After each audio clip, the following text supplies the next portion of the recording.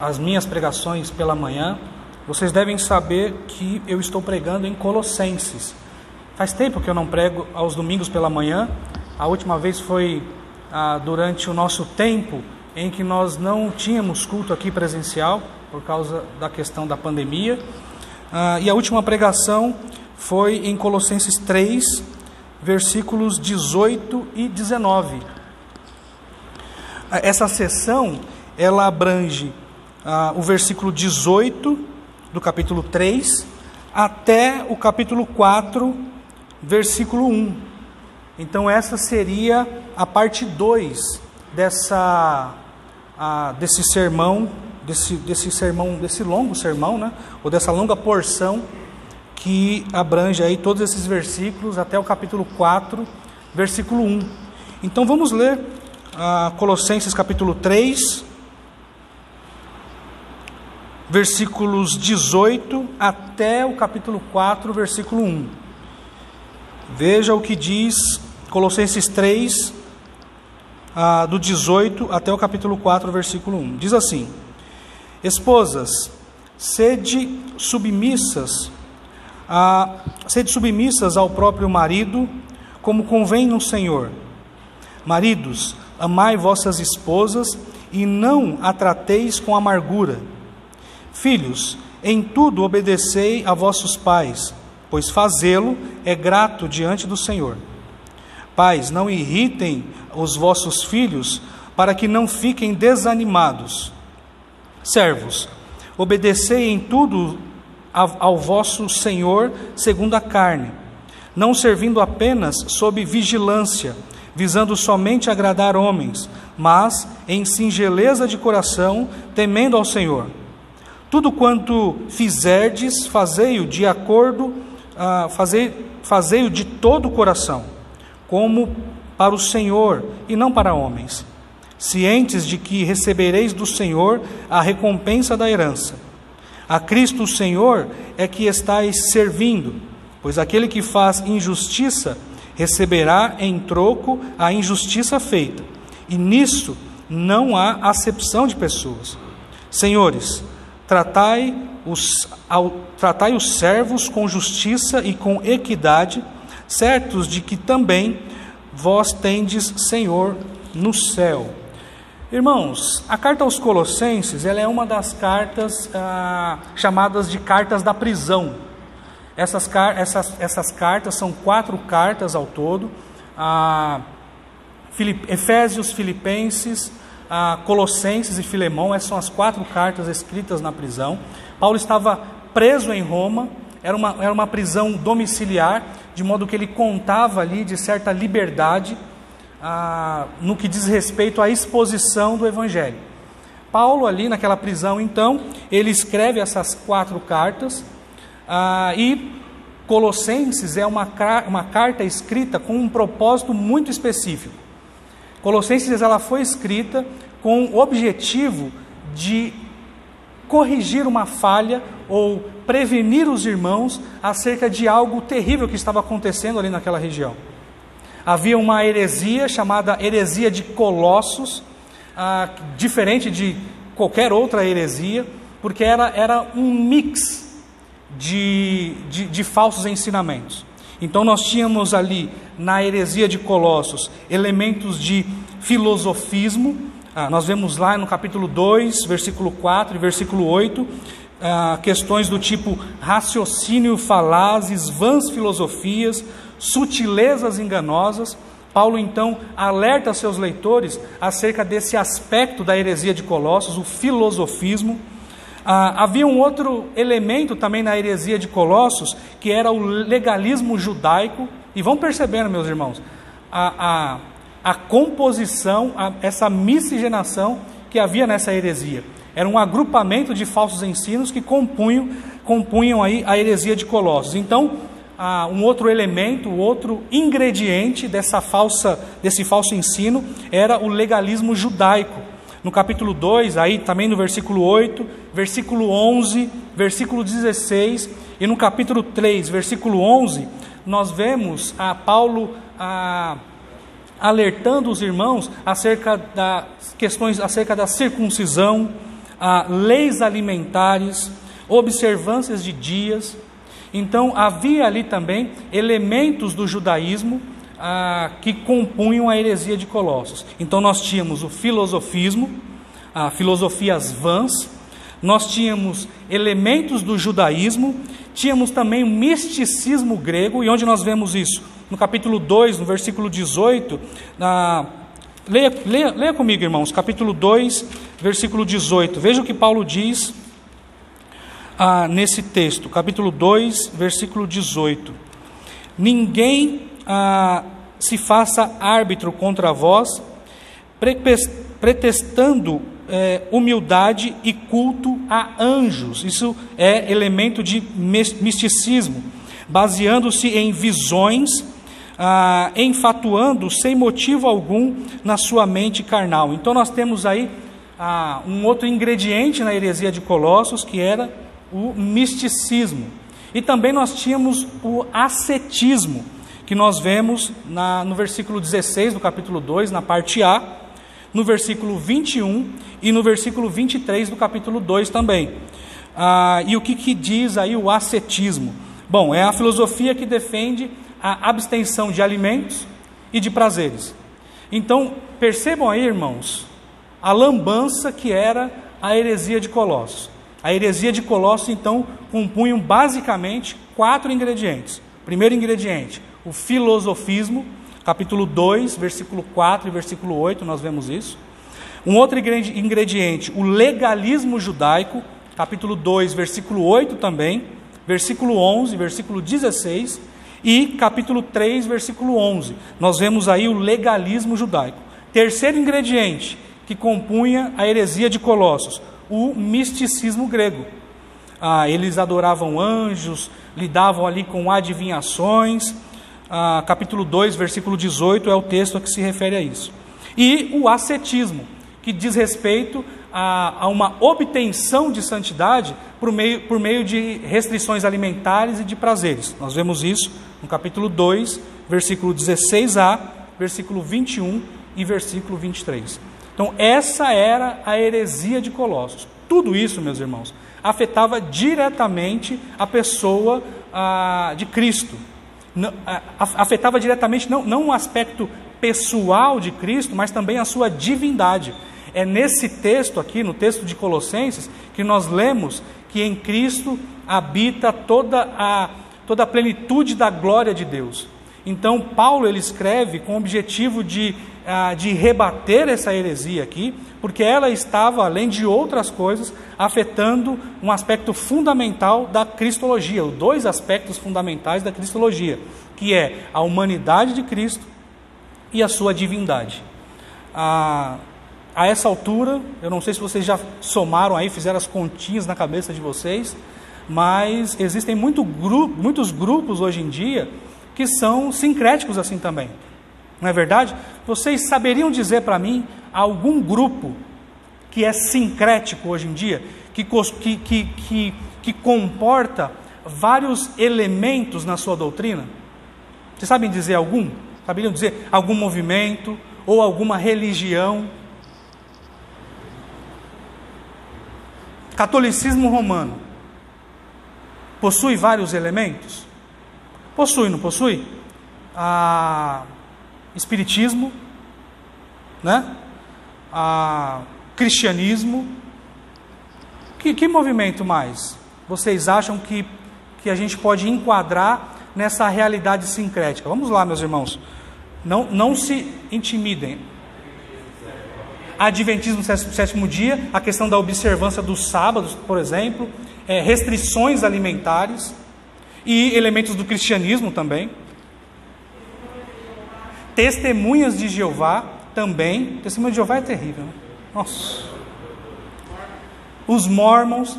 Irmãos, sabe um grupo que é fortemente sincrético e que está muito em voga aí nos últimos tempos? O movimento pentecostal, por exemplo. No movimento pentecostal, nós temos uma série de elementos que compõem esse movimento. Eu tenho certeza que vocês já viram aí pelo menos vídeos na internet, onde existem movimentos que mais se parecem com baixo espiritismo. Questões de ocultismo, de misticismo, eis que te digo.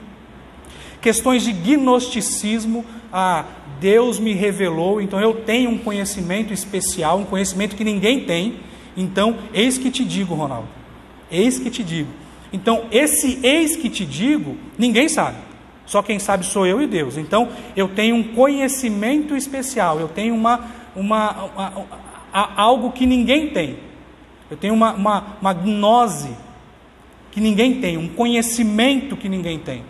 Então notem, meus irmãos, que muito, muito próximo de nós, às vezes até dentro das nossas casas, eu não sei se vocês têm familiares pentecostais, mas esse movimento, ele é marcado fortemente por sincretismo, assim como a heresia de Colossos. Então, quando eu leio aqui que a heresia de Colossos era uma combinação, se é que podemos dizer assim, uma combinação de falsos ensinos, e isso envolvia misticismo, ascetismo, imediatamente me vem à cabeça não somente tudo isso que a gente disse aqui, catolicismo, adventismo do sétimo dia, testemunhas de Jeová, os próprios mormons, mas também o movimento pentecostal. Às vezes nós somos criticados porque nós apontamos as falhas do movimento pentecostal.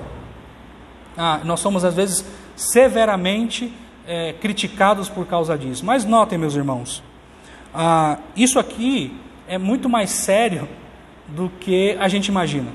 Não se trata de um pegar no pé, não se trata de uma antipatia, muito pelo contrário. Nós queremos prevenir o povo de Deus acerca do falso ensino que advém desses grupos. Portanto, a realidade que nós lemos aqui em Colossenses, embora escrita lá no primeiro século, por volta do ano 61, ainda é extremamente relevante para os nossos dias.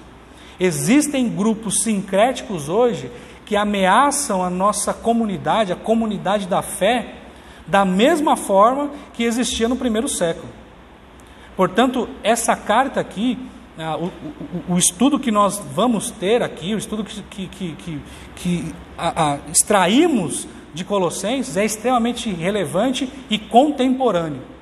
Irmãos, algo importante de ser dito é que uma religião falsa, um movimento falso, algo que não corresponde, ensinos que não correspondem com as Sagradas Escrituras, afetam as diversas áreas da nossa vida. Nós não podemos imaginar que um falso ensino, uma falsa religião, ela se concentra apenas no campo filosófico, por exemplo. Não se trata apenas de uma questão filosófica, de algo que eu penso assim, você pensa de outro jeito, mas vamos lá, vamos caminhar, e é assim que a banda toca. Não é assim. Um falso ensino, uma falsa religião, ela afeta todas as áreas da nossa vida. Não apenas o modo como a gente pensa, mas também o modo como a gente age, o modo como a gente se comporta. E lá na igreja de Colossos, haviam irmãos que estavam se deixando levar por esses falsos ensinos. Havia ali naquela comunidade irmãos que estavam se deixando influenciar pela heresia de Colossos. A heresia de Colossos era algo que sorrateiramente estava adentrando na igreja. Epáfras, que era possivelmente o fundador e pastor daquela igreja, ele presta um relatório para Paulo, que estava preso lá em Roma, e ele diz o seguinte: olha, Paulo, a igreja de Colossos, ela anda muito bem. Os irmãos lá, eles têm se desenvolvido, o evangelho lá tem frutificado, assim como em outras partes do mundo. Paulo, inclusive, fala isso no capítulo 1. De modo que eu estou muito feliz, Paulo, com o modo como o evangelho tem frutificado ali na igreja de Colossos. Porém, existe um problema. Epáfras falando para Paulo. Existe um problema. Existe lá uma heresia o gnosticismo, ele ainda não havia se estabelecido, então alguns estudiosos chamam essa heresia de uma espécie de proto-gnosticismo, né? Então Epáfras diz o seguinte para Paulo: olha, Paulo, existem algumas pessoas ali querendo contaminar os irmãos com um falso ensino. E aí Paulo diz: que ensino é esse? Fala para mim, Epáfras, que ensino é esse? Porque eu lidei com vários problemas relacionados a falsos ensinos, e me diga, o que é esse falso ensino? Seria talvez judaizantes querendo adentrar a igreja? Seria talvez algum grupo de místico querendo perturbar os nossos irmãos? Seria de repente alguns filósofos que estavam ali querendo persuadir a nossa igreja? E aí Epáfras diz: é tudo isso junto, Paulo. É tudo isso misturado. É claro, eu estou aqui apenas dizendo dessa forma para vocês. Possivelmente o diálogo entre Epáfras e o apóstolo Paulo não se deu nessa forma, mas o fato é que Epáfras, ele presta um relatório completo e minucioso acerca dos problemas, acerca das coisas boas que estavam acontecendo lá, mas também acerca dos problemas que a igreja de Colossos estava enfrentando. E ele fala acerca da heresia de Colossos. E como eu ia dizendo, meus irmãos, essa heresia estava afetando, como qualquer outra heresia, como qualquer outro falso ensino, estava afetando a vida dos irmãos, não apenas no aspecto intelectual, mas no aspecto prático da vida deles. De modo que quando chegamos no capítulo 3, Paulo faz uma advertência. Acompanhe aí a leitura na Bíblia de vocês. Capítulo 3, versículo 1. Então Paulo, no capítulo 1 e no capítulo 2, Paulo lança todo um fundamento teológico, e quando chegamos e fala acerca da condição da vida de seus leitores, e quando chegamos no capítulo 3, o apóstolo Paulo diz: portanto, se fostes ressuscitados juntamente com Cristo, buscai as coisas lá do alto, onde Cristo vive, assentado à direita de Deus. Portanto, se fostes ressuscitados. Portanto, Paulo se dirigindo aos Colossenses: se vocês realmente nasceram de novo, se vocês realmente têm uma nova vida, vocês devem abrir mão de todo esse falso ensino, e vocês devem viver uma novidade de vida. Vocês agora são um novo homem. Ele vai dizer aí no versículo 10 do capítulo 3: e vos revestistes de novo homem, ou do novo homem, que se refaz no pleno conhecimento, segundo a imagem daquele que o criou. Portanto, se vocês nasceram de novo, Colossenses, se vocês têm agora uma nova vida, se vocês desfrutam agora de uma mudança real de mente, vocês devem se abster desses falsos ensinos, vocês devem se abster da heresia de Colossos, e vocês devem desfrutar de uma novidade de vida. E essa novidade de vida, Paulo dizendo aos Colossenses, ela deve repercutir na vida prática de vocês. Essa novidade de vida, ela deve ter aspectos práticos, e não ficar apenas reservado aí no seu intelecto. Essa novidade de vida deve refletir, inclusive, nos seus relacionamentos. E aí, quando chegamos a partir do versículo 12 aí, Paulo, ele alerta os seus leitores acerca da dinâmica que deve acontecer, a dinâmica relacional que deve acontecer entre os irmãos da igreja de Colossos. Os irmãos da igreja de Colossos deveriam se relacionar de maneira correta, de maneira digna do Senhor. E ele vai estreitando isso. Então ele parte do relacionamento entre os irmãos na comunidade da fé, porque a heresia de Colossos, como qualquer outra heresia, afeta os relacionamentos, afeta a vida prática. Então ele parte desse relacionamento macro, digamos assim, que é o relacionamento que se dá na comunidade da fé, de uns para com os outros, e ele vai estreitando até chegar dentro da casa dos irmãos e, portanto, dentro da nossa casa. A mensagem central que eu li no primeiro sermão dessa sessão diz o seguinte: aqueles que nasceram de novo constroem seus relacionamentos sob o senhorio de Cristo. Eu vou repetir, no caso aí de alguns irmãos estarem anotando. Aqueles que nasceram de novo constroem seus relacionamentos sob o senhorio de Cristo. Então o apóstolo Paulo, ele dá uma série de orientações acerca de como deve ser o relacionamento dentro de casa, dentro do seu núcleo familiar. Então Paulo agora, ele tira o foco da comunidade da fé por um instante, ele tira um pouco o foco de como deve ser o relacionamento dentro da igreja, e ele agora transfere essa lente para dentro do lar. Então, percebam que Paulo é bastante abrangente aqui. Ele quer envolver todos os aspectos do relacionamento. Desde o relacionamento da comunidade da fé, até o relacionamento que se dá dentro de casa. E nós temos aqui, inclusive nessa sessão, um relacionamento que se dá entre empregado e empregador. Mas eu coloquei tudo dentro da mesma sessão, porque antigamente os servos, eles faziam parte da família praticamente. Eles viviam ali dentro das casas de seus senhores. Por isso que está tudo envolvido aqui dentro dessa mesma porção. Então notem, meus irmãos, o quanto Paulo é abrangente. Ele envolve todos os aspectos de relacionamento. E quando nós chegamos no versículo 18, nós vemos aí Paulo alertando os irmãos acerca de como deve ser o relacionamento entre o marido e a esposa. As esposas devem ser submissas aos próprios maridos, como convém ao Senhor. E se vocês quiserem uma explicação acerca disso, deem uma olhada lá nesse último sermão, porque senão eu vou consumir todo o nosso tempo aqui falando disso novamente.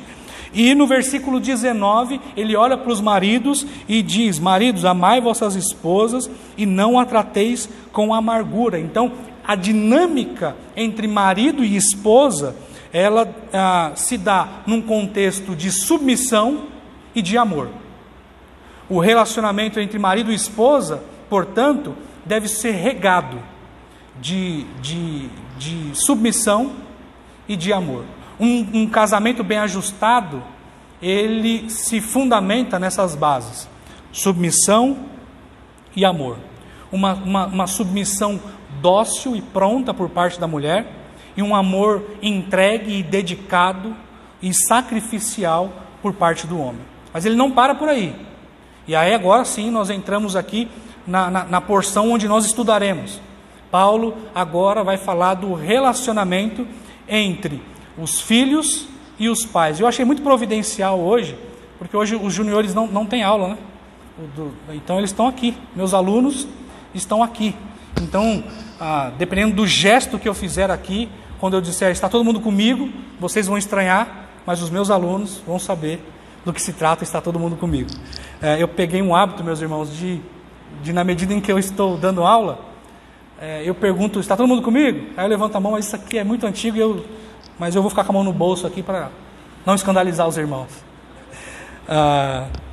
Muito bem, versículo 19, aliás, versículo 20 e versículo 21, então, nós vamos ver essa dinâmica entre o relacionamento dos filhos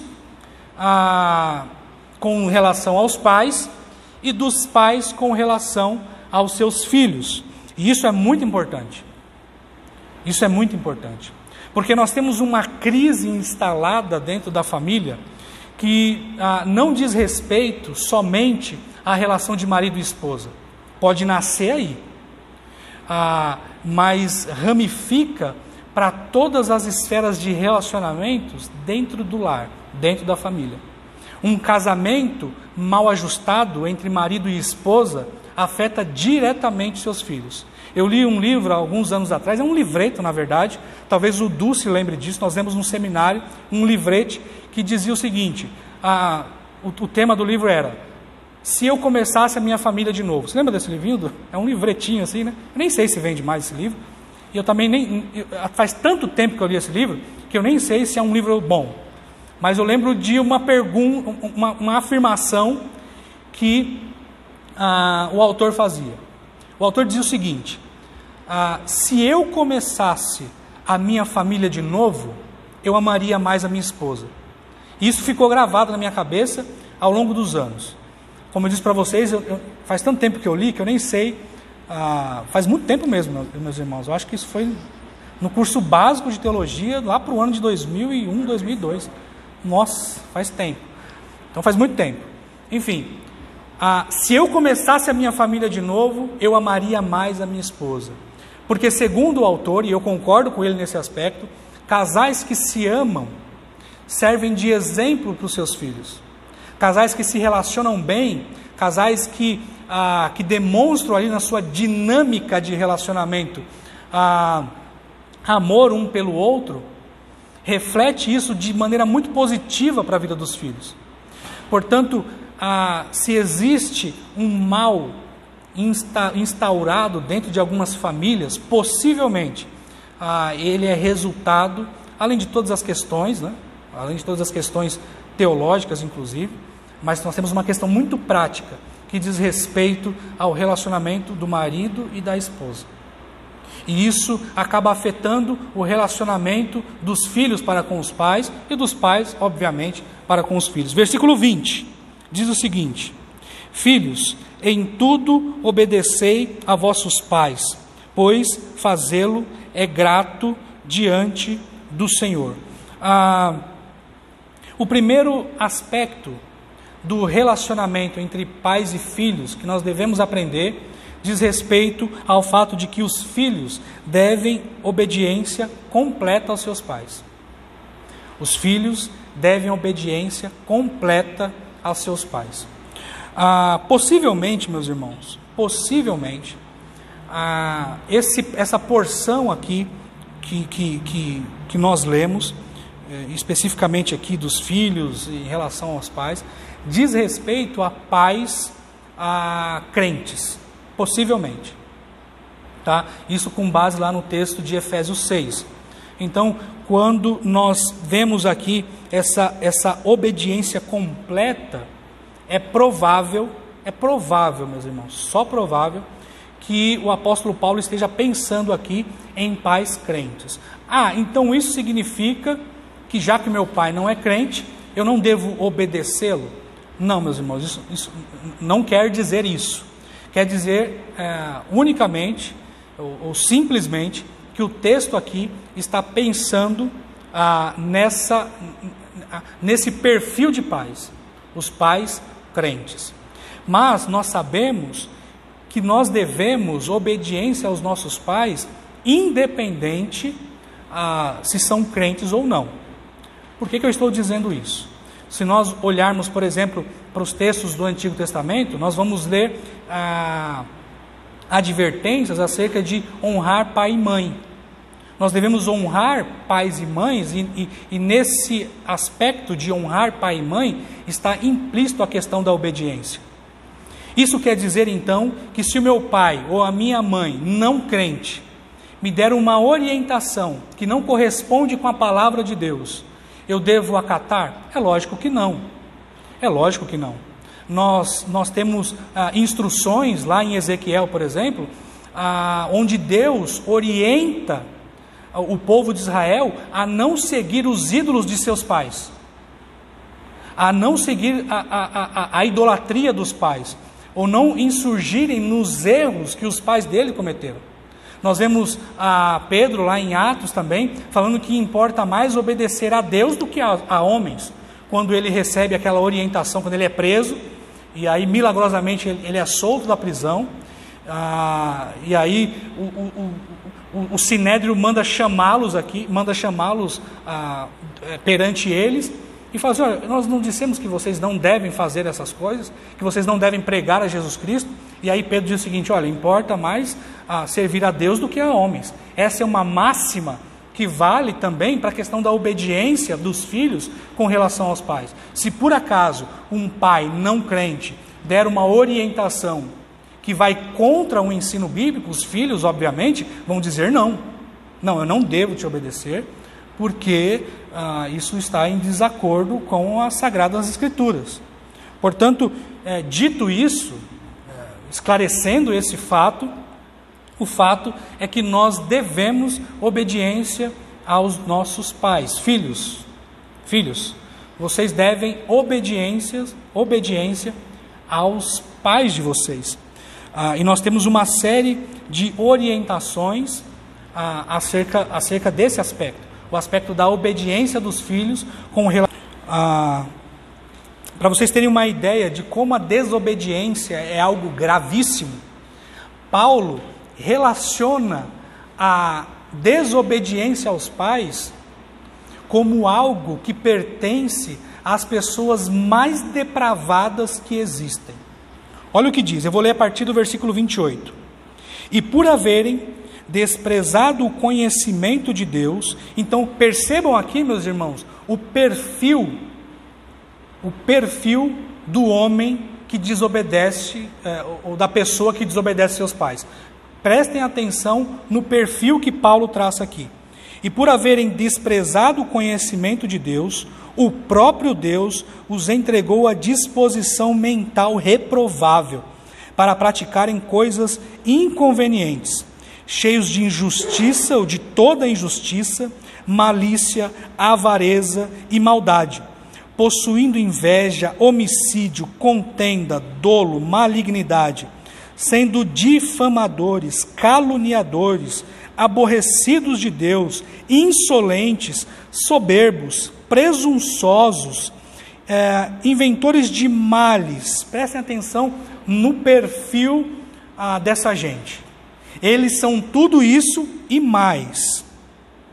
Desobedientes aos pais. São insensatos, pérfidos, sem afeição natural e sem misericórdia. Então percebam aqui, meus irmãos, que o perfil que Paulo traça daquele que desobedece a Deus é um perfil horrível. E eu tenho certeza que ninguém aqui quer estar enquadrado nesse perfil. São homens que desprezaram o conhecimento de Deus.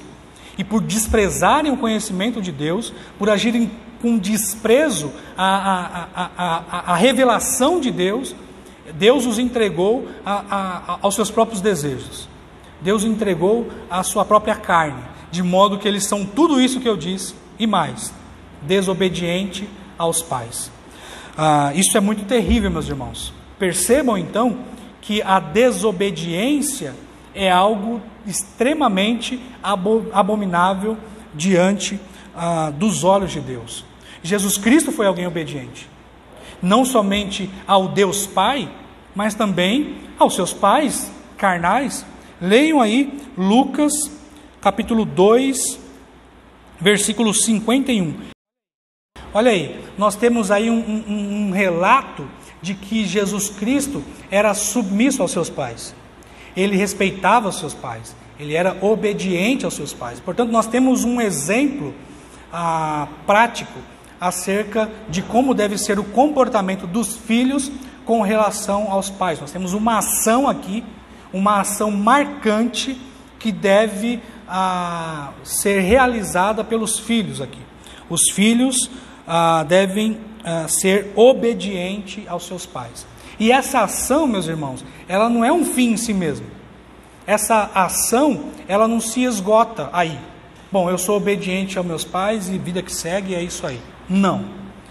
O texto, ele deixa muito claro que a partir dessa ação, nós temos um resultado.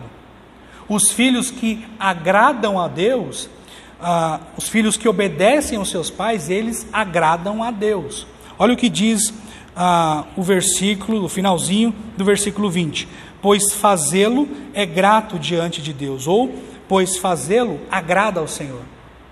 Os filhos que obedecem aos seus pais, os filhos que agem de maneira correta, obedecendo a seus pais, eles colhem um fruto disso. Essa ação de obediência, ela tem um resultado. E qual é o resultado? Isso glorifica a Deus. Isso agrada a Deus. Filhos, hajam com obediência com relação aos seus pais, porque essa ação glorifica a Deus. Isso deve permear o nosso pensamento. As minhas ações com relação à obediência aos meus pais, ela não é um fim em si mesmo. Ela tem um resultado. E isso é glorificar a Deus. Isso é maravilhoso, meus irmãos. Tudo que nós queremos na nossa vida como cristãos, como crentes que somos, é glorificar o Deus da nossa salvação, o Criador de todas as coisas.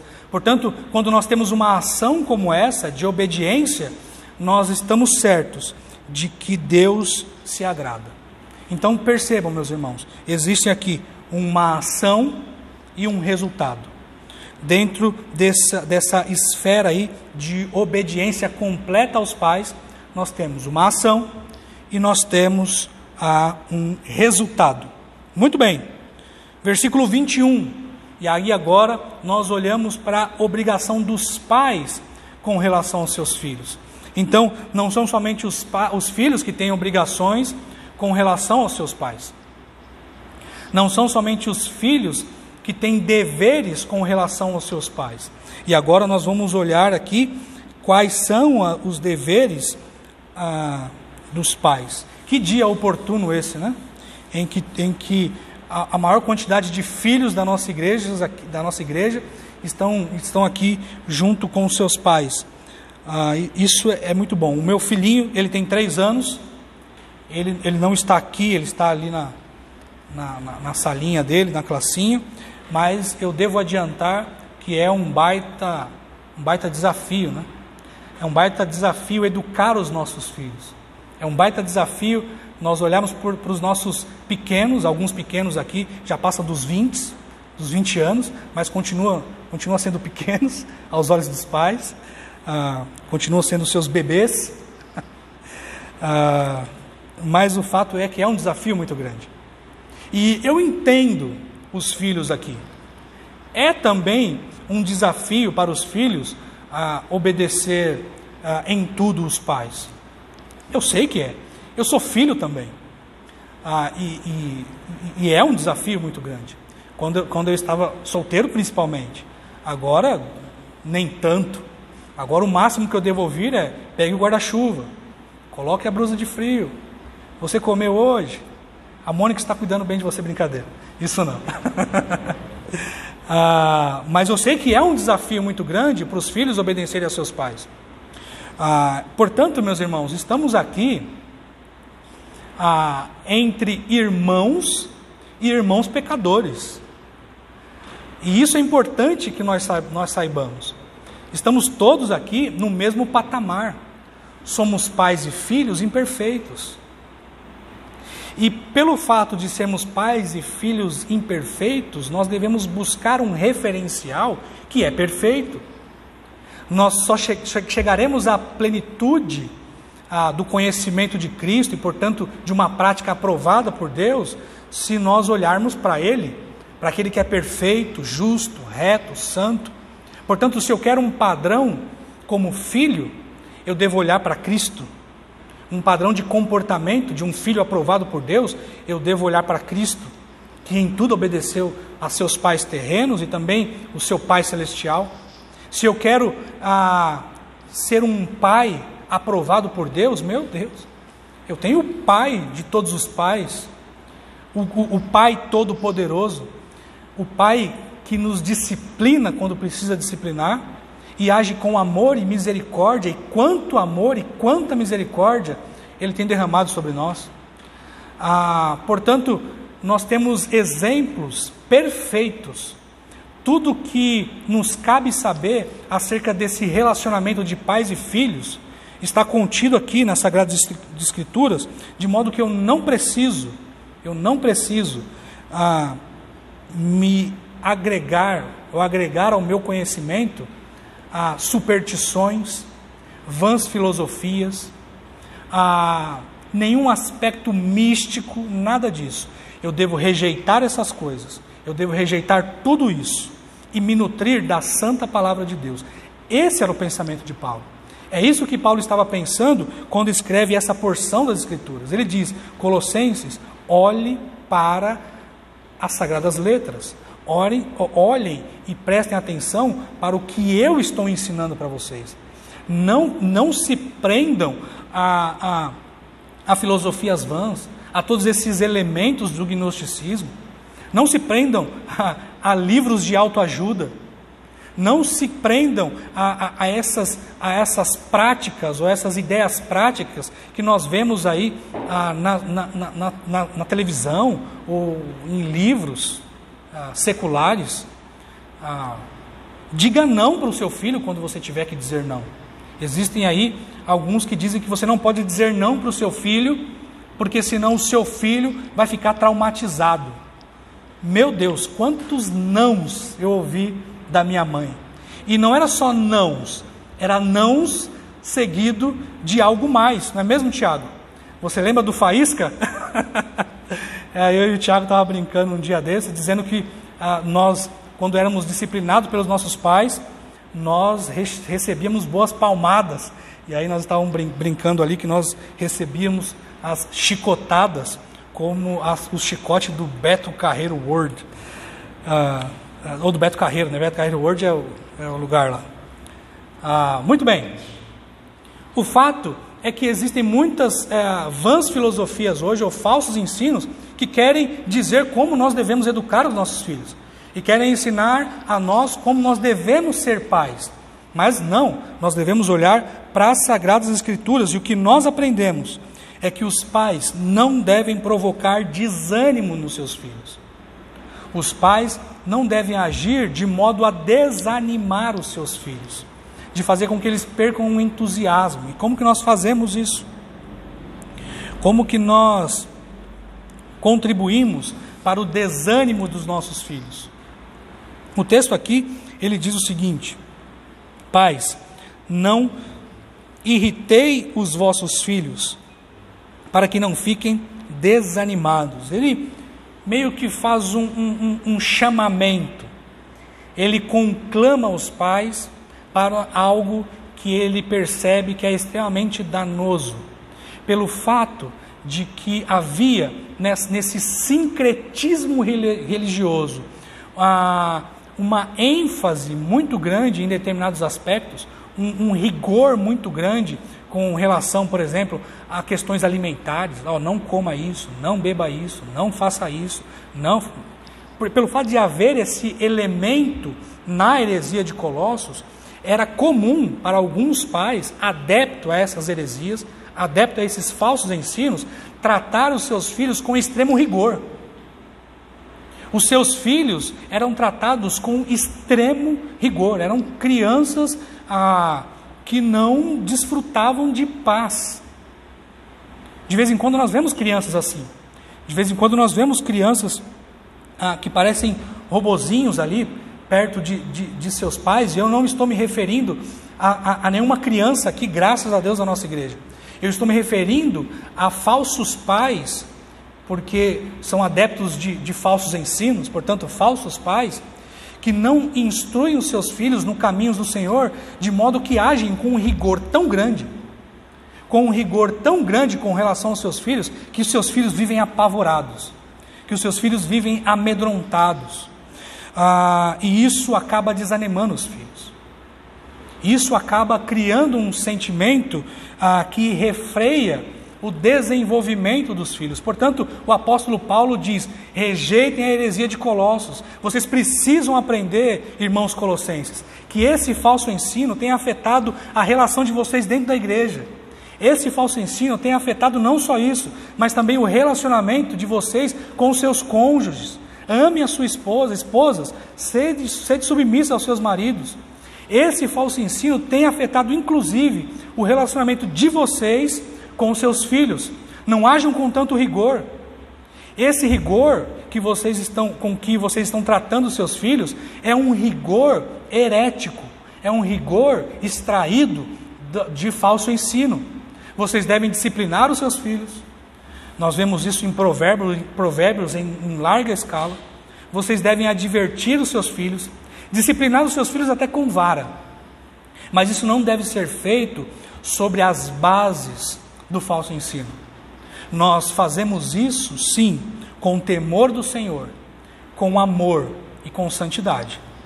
É isso que Paulo quer transferir ou transmitir, na verdade, para os pais da igreja de Colossos. Pais, não irritem os seus filhos, exercendo sobre eles severidade ou castigo excessivo. Não seja extremos no que diz respeito à disciplina que você aplica aos seus filhos. E isso é um desafio para nós. Filhos, entendam os seus pais. Quem fala aqui agora é um pai.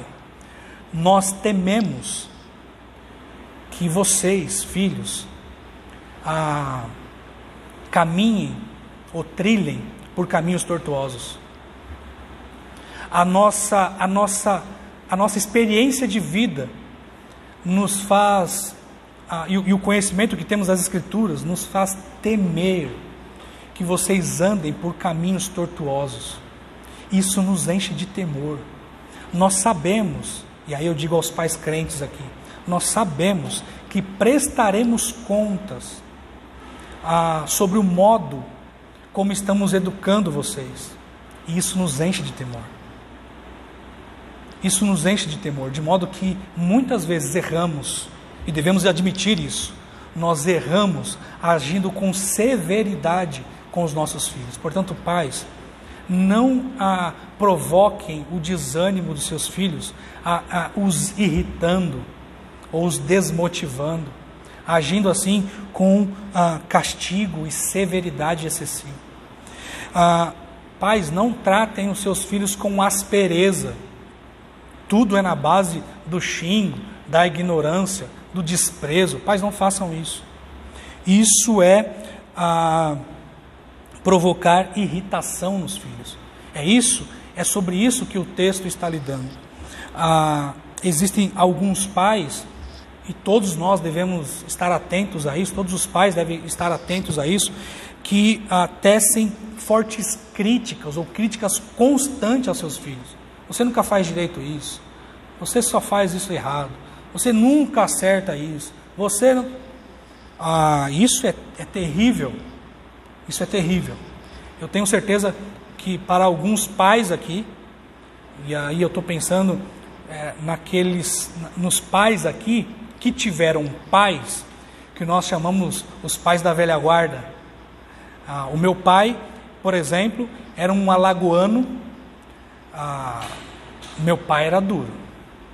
O meu pai era um homem, ele era baixinho assim, de Alagoas. Ele era um homem forte, e ele era alguém que quando eu ouvia dizer, olha, seu pai está chegando, meu Deus, meu pai está chegando, então aqui agora é só sentido, porque o meu pai costumava agir com seus filhos com muito rigor, críticas constantes, e nós ficávamos amedrontados quando meu pai chegava. Quando meu pai chegava em casa, nós ficávamos com medo. Esse é um sentimento que nenhum pai quer que seu filho, nenhum pai crente de sã consciência quer que seus filhos tenham em relação a ele. Nenhum pai aqui quer que seus filhos tenham medo, pavor de seus filhos, não quer que seus filhos sintam pavor e medo deles. Ninguém quer isso. Nós queremos respeito. Nós queremos que os filhos ajam com disciplina. Mas o fato é que muitos pais colaboram para que os seus filhos se retraiam, agindo também por meio dessas críticas constantes. São tantas críticas, são tantas represálias, são tantas negativas, o tempo todo. Os pais são insaciáveis, nunca estão contentes. Para se ouvir um parabéns é a coisa mais difícil que há no mundo. Portanto, eu quero desafiar vocês a não fazer isso de maneira inconsequente.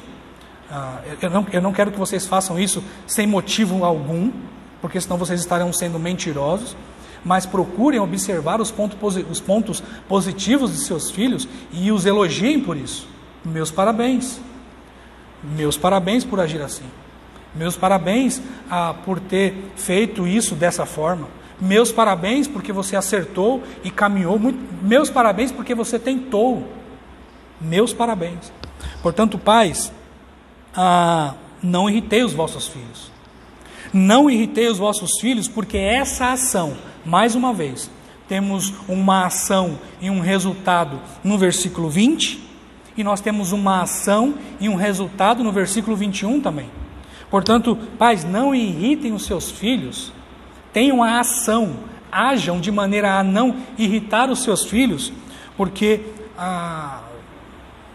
para que vocês não causem neles desânimo, para que eles não se sintam desmotivados. Eu não sirvo para nada mesmo, nada que eu faço está bom, nada daquilo em que eu me empenho em fazer, até quando eu tento, está bom, então, eu não vou mais fazer também. Eu não vou fazer. Isso vai causando um sentimento de desgosto, um sentimento de frustração, um sentimento de inaptidão, de falta de importância muito grande nos filhos. Paulo é muito sábio e cirúrgico aqui.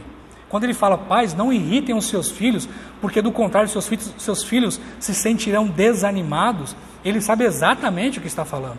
E isso é para os nossos dias de hoje. Existe uma demanda tão gigantesca hoje em dia. Nós queremos que os nossos filhos sejam o melhor aluno da escola. Nós queremos que os nossos filhos seja o melhor nadador da academia. Nós matriculamos eles nas escolas ou ensinamos eles de modo que eles têm que ser os melhores alunos, o melhor esportista, a pessoa mais legal, a pessoa mais simpática. Ele tem que ser perfeito. Essas demandas existem hoje. Existem pais que equipam e querem equipar os seus filhos de maneira tal que os seus filhos eles não têm espaço em suas agendas para nada, nem para ser criança. Isso é grave, isso é perigoso, isso causa desânimo. Eu não estou dizendo com isso, meus irmãos, que os pais devem ser relapsos com seus filhos, porque isso também vai provocar essa sensação de falta de importância. Os pais que não disciplinam os seus filhos, que não agem com um rigor pautado nas Escrituras, os pais que não agem com rigor com relação aos seus filhos, que não educam, que não instruem, que ignoram os atos dos seus filhos, eles também estão contribuindo para o desânimo e principalmente para o afastamento dos seus filhos. Portanto, nós devemos sempre seguir o caminho ou a trilha do bom senso. Eu não devo ser severo demais e eu não devo deixar ele solto demais. Perceberam o grande desafio que é ser pai? Perceberam o grande desafio que é educar os filhos? E aqui, filhos, entendam uma coisa: os seus pais são tão pecadores quanto vocês. Os seus pais são tão falhos quanto vocês. Os seus pais erram e falham e se arrependem e voltam atrás tanto quanto vocês. Portanto, deve haver uma compreensão dos filhos com relação aos seus pais. A intenção de Paulo, meus irmãos, é criar um ambiente familiar, um ambiente eclesiástico e um ambiente familiar, que é de onde o ambiente eclesiástico decorre. Um ambiente de relacionamento onde todos ali vivam em perfeito ajuste, em perfeita comunhão. Nós temos um grande desafio aqui hoje. Todos nós aqui. Os filhos têm o grande desafio de obedecer os seus pais. E de fazer isso de maneira integral, de maneira completa. E deve se recusar a obedecer os seus pais, desde que a instrução do seu pai não esteja em acordo com as Escrituras. Você deve fazer isso, porque isso glorifica a Deus. Você deve obedecer os seus pais, porque isso glorifica a Deus. E pais, vocês devem lidar com os seus filhos de modo a não irritá-los, causando assim desânimo na vida dos seus filhos. Vocês devem adverti-los, vocês devem repreendê-los, vocês devem educá-los, discipliná-los. Mas tudo isso no temor do Senhor, na via do equilíbrio, de modo a não causar irritabilidade e, consequentemente, o desânimo de seus filhos. Nós não queremos não glorificar a Deus por meio dos nossos atos, por isso nós vamos obedecer os nossos pais, e nós não queremos, de forma alguma, desanimar os nossos filhos, portanto, nós vamos educá-los de modo a não irritar eles. São apenas 2 versículos, extremamente práticos, fáceis de entender, mas que nos traz à mente que aqueles que nasceram de novo constroem seus relacionamentos sobre o senhorio de Cristo.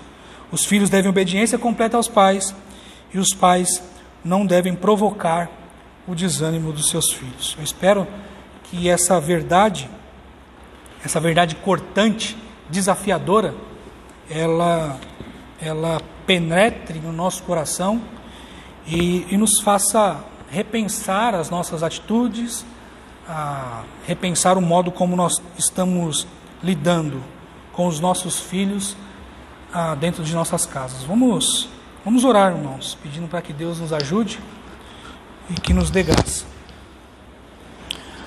Amado Deus, nós te louvamos, te agradecemos, porque a tua palavra é rica e ela nos instrui a cada versículo.